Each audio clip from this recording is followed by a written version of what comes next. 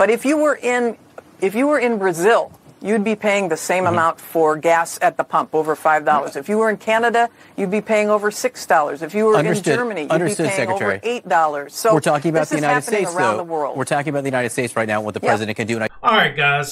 First thing I want to correct her on is what she said about Brazil. They're paying $5 a gallon. That's not right. They're paying $5 a liter. And it takes about 2.5 liters to 3 liters to make a gallon. So they're paying somewhere around $12 to $15 a gallon. That's fact. So what she said about that is wrong. And if I had to guess, love, or other things she said, it's completely wrong too.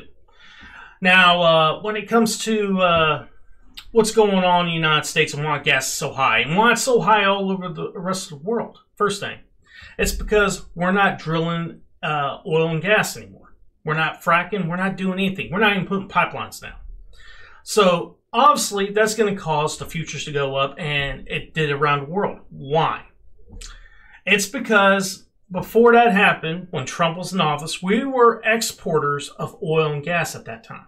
Okay, we produced enough for ourselves and for others, so we could send out oil and gas as much as we want, and we're making money off of it. That's what helped the economy boom like it did when Trump was in office. Now, what Biden's done is he shut that all down on purpose, might I add. And why? Because of climate change. Now, people are saying that what's going on in Ukraine and Russia, that would have increased the price of oil and gas. They're right, it would have. But it wouldn't have went up to $5 a gallon. It went to maybe 3, maybe 3.5. And then it would slowly trickle back down to where it was before, after the situation would have resolved itself, or until we're about where we are right now in Russia and Ukraine. That's my opinion. I don't know if I'm 100% correct, but that's my opinion. That's how I see it.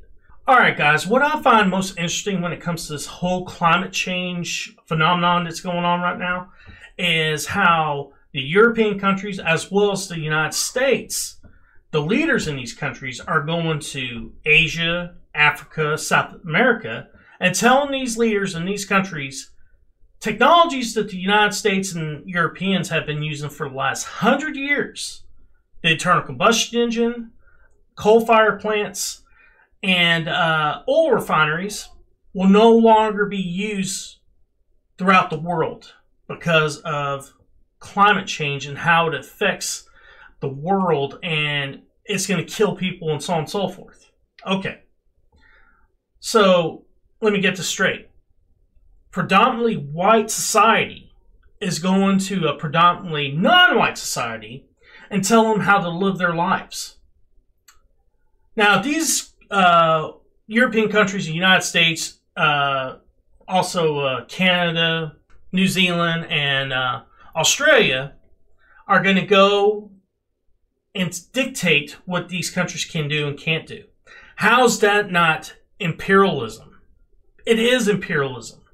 The thing is, these leaders say they're against imperialism, but yet they're trying to dictate to these other countries what they can and can't do. In my opinion, it's hypocritical. The things that made the United States and Europe great, that got them where they at when it comes to money and the financial wealth that they have, is fossil fuels. And now we're preventing these countries from able to do the same thing. How's that right? Now, guys, this is all my opinion. If you have a different opinion, comment down the bottom. Let me know. Don't forget, hit like and subscribe. It helps the channel grow. Peace.